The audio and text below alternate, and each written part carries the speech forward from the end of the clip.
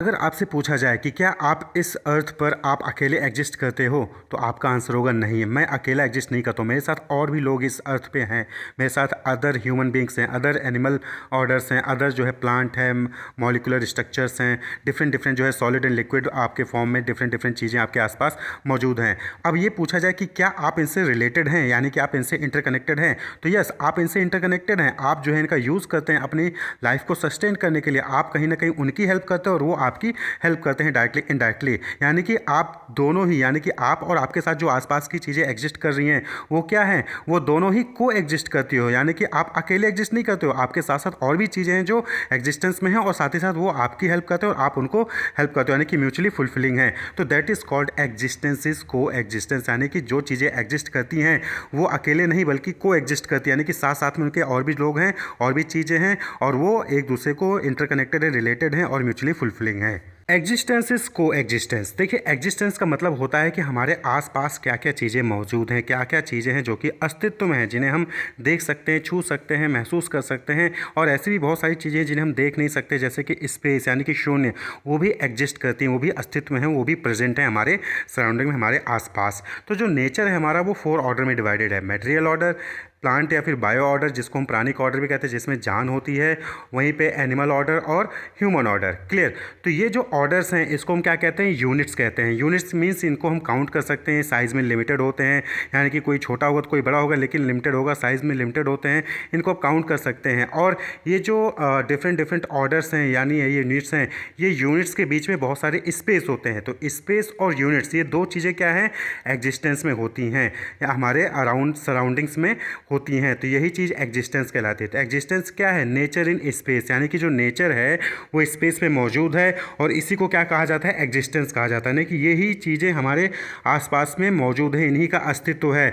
उसी में से हम एक ह्यूमन ऑर्डर में हम लोग आ जाते हैं। तो हम लोग भी क्या हैं, हम लोग भी एग्जिस्टेंस में हैं, यानी कि स्पेस है, स्पेस में ये चारों ऑर्डर हैं, ये यूनिट्स हैं और यही सारी चीज़ें एग्जिस्टेंस कहलाती हैं। अब अगर हम बात करें को एग्जिस्टेंस की, तो को एग्जिस्टेंस यानी कि सह अस्तित्व होता है। यानी कि all these 4 order are interconnected and related and they are mutually fulfilling. This is called coexistence. coexistence यानी कि सह अस्तित्व, यानी कि एक दूसरे के सहारे रहना, एक दूसरे से कनेक्ट होना। दैट इज coexistence, यानी कि हम अकेले तो नहीं रहते ना।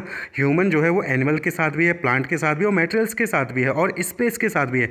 यानी कि जो सभी चीज़ें हैं, यूनिट्स हैं, जो 4 ऑर्डर्स हैं और जो स्पेस हैं, ये सब एक साथ जो है एग्जिस्टेंस में है। तो इसीलिए क्या कहा जाता है, कोएग्जिस्टेंस। और ये इंटरकनेक्टेड हैं, रिलेटेड हैं और म्यूचुअली फुलफिलिंग है, यानी कि एक दूसरे को परस्पूरक है, यानी कि एक दूसरे को ये जो है सपोर्ट करते हैं, हेल्प करते हैं। तो that is called coexistence. तो यानी कि जो एग्जिस्टेंस में है वो को एग्जिस्टेंस में है, एग्जिस्टेंस में है और साथ ही साथ आपस में एक दूसरे से इंटरकनेक्टेड है, रिलेटेड है। इसलिए एग्जिस्टेंस को ही को एग्जिस्टेंस कहा गया है। यानी कि कोई एक चीज़ अकेले जो है एग्जिस्ट नहीं करती, किसी एक चीज़ का अस्तित्व नहीं है, सभी लोग आपस में एक साथ यहाँ पर कई सारी चीज़ें एग्जिस्ट करती हैं। Human order, animal order, plant order, bio order और स्पेस। तो इसीलिए क्या कहा गया, existence is coexistence. When 2 or more groups और units lives together, this is called coexistence. तो इसी तरीके से हमारी सराउंडिंग में नेचर है, यानी कि 4 ऑर्डर्स हैं जिसको हम यूनिट्स कहते हैं, और स्पेस है। तो ये सब क्या है, एग्जिस्ट करती हैं और यहाँ पर क्या है, वो आपस में इंटरकनेक्टेड और रिलेटेड हैं। इसलिए इसको क्या कहा गया,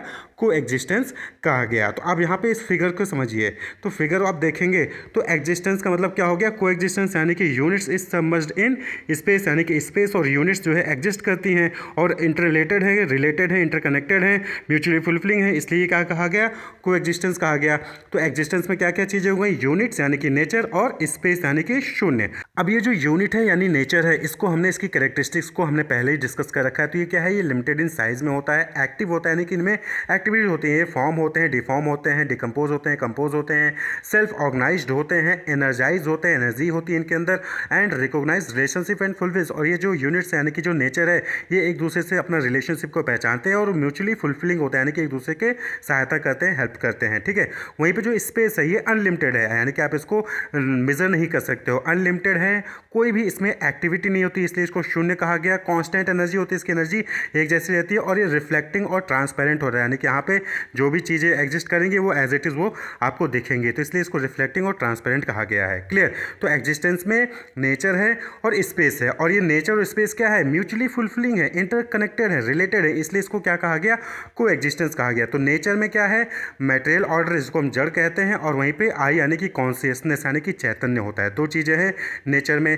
नेचर में कुछ चीज़ें ऐसी हैं जिसमें कि जो कि मटेरियलिस्टिक होती हैं, जो कि एटम से, मॉलिक्यूल से और जो है सेल से बनी होती हैं, और वहीं पे आई यानी कि कॉन्शियसनेस यानी कि चैतन्य होता है। तो जो मटेरियल है यानी कि जो जड़ है, ये दो पार्ट में डिवाइडेड है, मटेरियल ऑर्डर और प्राणिक ऑर्डर। मटेरियल ऑर्डर यानी कि जहाँ पर नॉन लिविंग चीज़ें होती हैं, जो आप एटॉमिक मॉलिक्यूल से चीज़ें बने होते देखते हैं, वो चीज़ मटेरियल ऑर्डर कहलाती है, जो कि आप सॉलिड, लिक्विड ये चीज़ें देख रहे हैं। वहीं पे प्राणिक ऑर्डर यानी कि प्लांट, एनिमल, ह्यूमन, ये सब क्या है? प्राणिक ऑर्डर, यानी कि इनमें लिविंग होते हैं, इनमें जो है जान होती है। क्लियर? अब देखिए, जो ये मटेरियल ऑर्डर है, प्राणिक ऑर्डर है, किस तरीके से आपस में इंटरलेटेड है, इंटरकनेक्टेड है, म्यूचुअली फुलफिलिंग है, और फिर कैसे ये सभी एक साथ कोएग्जिस्ट करती हैं।